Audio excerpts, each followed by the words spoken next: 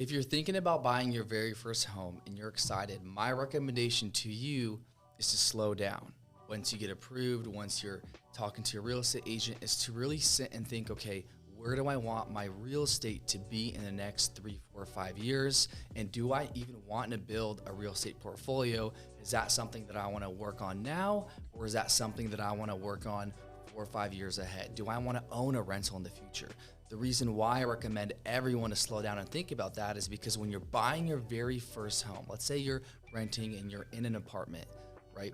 If you buy a house and then you decide to buy a rental property or a duplex or a triplex or a fourplex, you're gonna need to put a lot more money down when it comes to buying an investment home that's a multifamily, which is 25% down. You'll need reserves, you'll need a ton of assets, you're gonna have a lot of trade lines, a lot of things that go into qualifying for that kind of mortgage, and your interest rate's going to be a lot higher because it's an investment loan.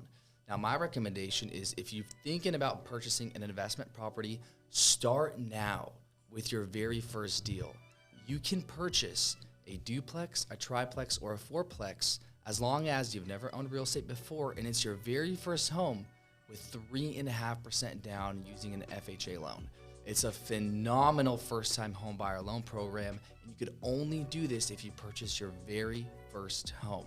So think about it. You can live in there. You'll have to live in there for a couple of years. If you're already renting an apartment, continue living in an apartment, but own all the other doors and own your own door, and then you can buy a home. That way you're building out a rental portfolio, and now let's say your next house or your next true home where you move out with your family, that's gonna be the home that you live in, but now you have a house, plus you own 4 doors.